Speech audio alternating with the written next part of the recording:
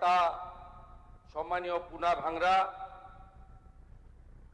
মান্য বিধায়ক কালিয়াগঞ্জ উৎপল মহারাজ এবং অন্যান্য একাধিক বিধায়ক এখানে তুলে ধরেছেন নওদা বিধানসভার বিধায়ক মাননীয় হুমায়ুন কবিরের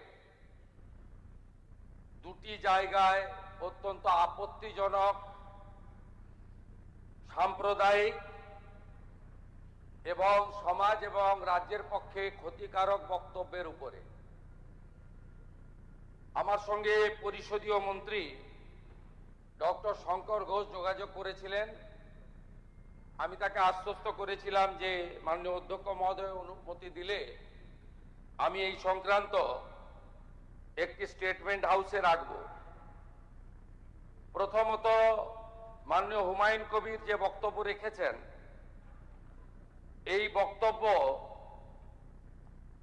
আপনাদের কাছে আমি পড়ে শোনাচ্ছি। 26/6/2026 afternoon, Humayun Kabir MLA Nowda AC, তিনি একটি উনার পার্টির মিটিং কাশীপুরে রেজিনগরে করেছেন।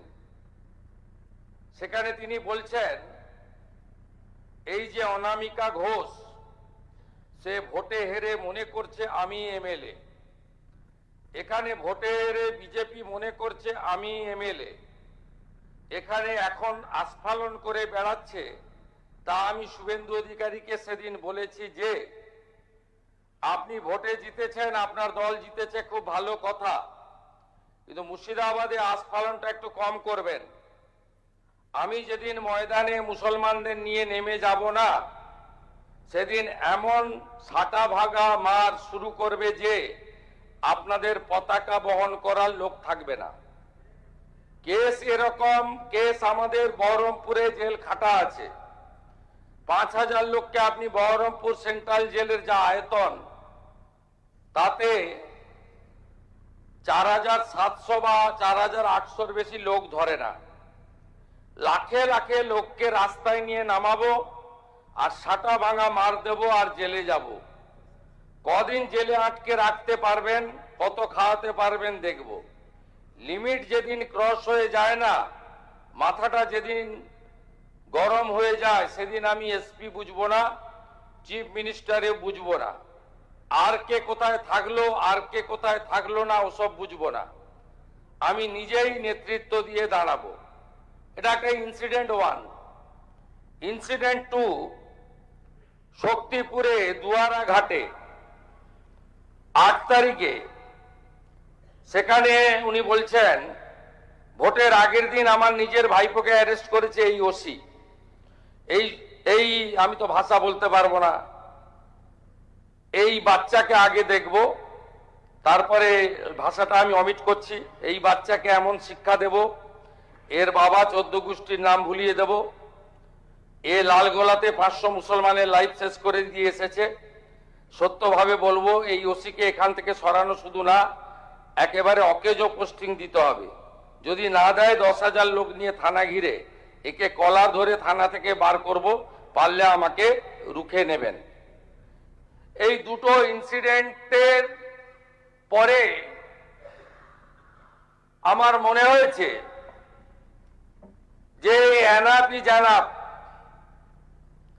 সময় এসেছে এই ধরনের লোককে সবক শেখানোর। আপনাকে আমি পরিষ্কার বলছি, মমতা ব্যানার্জি মুখ্যমন্ত্রী নন। আপনি দুর্বল মুখ্যমন্ত্রী পেয়ে যা খুশি করেছেন, যা খুশি বলেছেন। আমি আপনাকে বলে গেলাম, আমরা দুটো এফআইআর স্টার্ট করেছি।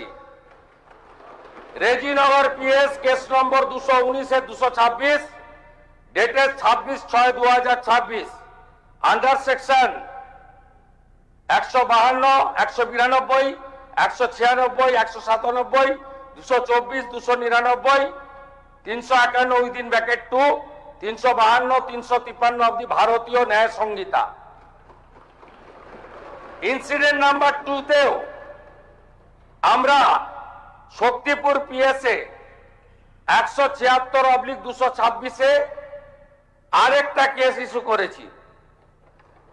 সেই কেসেও আমরা ভারতীয় ন্যায় সংহিতার সমস্ত সেকশন লাগিয়েছি এবং আমি আপনাদেরকে অ্যাসিওর করছি এত বড় ক্ষমতা আপনাকে কেউ দেয়নি।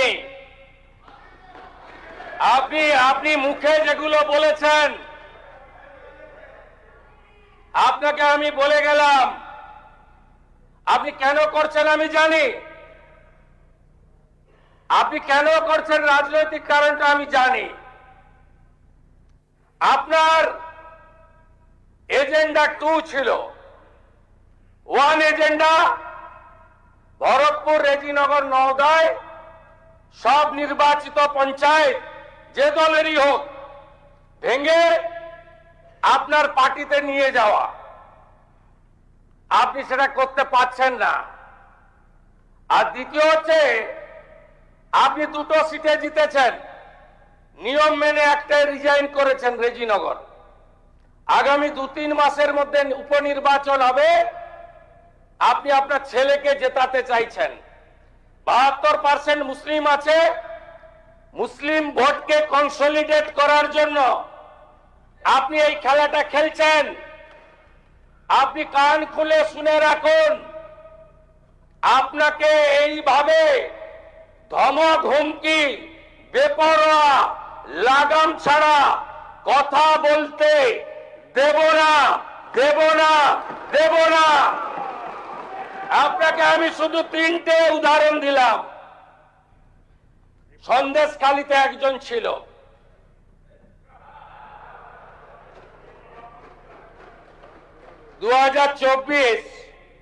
পয়লা জানুয়ারি বলেছিল তৎকালীন বিরোধী দলনেতা এলে তার হাত কেটে পায়ে, পা কেটে হাতে লাগাবে আর চামড়া ছাড়িয়ে মেদিনীপুরে পাঠিয়ে দেবে।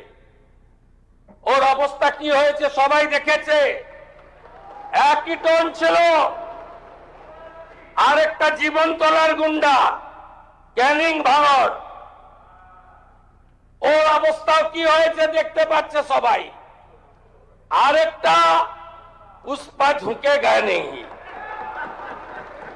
এমন ঝোঁকা ঝুঁকেছে খালি পায়ে, ছোট প্যান্ট পরে, কান ধরে উঠবস করতে করতে যাচ্ছে।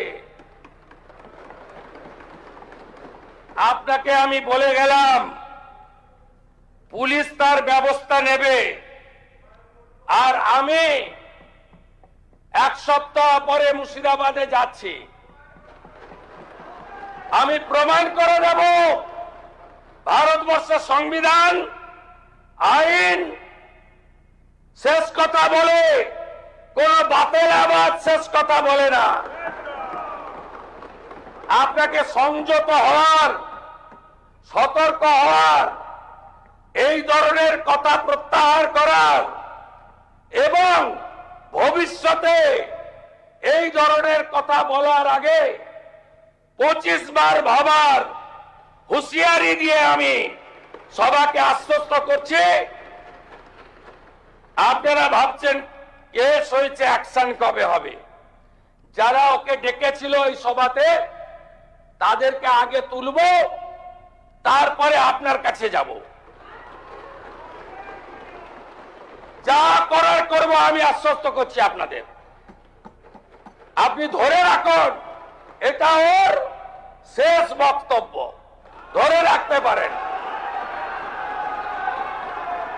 এ সরকার আইনের শাসন প্রতিষ্ঠা করবে, গুন্ডাদের শাসন সমাপ্ত করবে, নিশ্চিন্ত থাকুন। সবাই ভালো থাকবেন, ধন্যবাদ।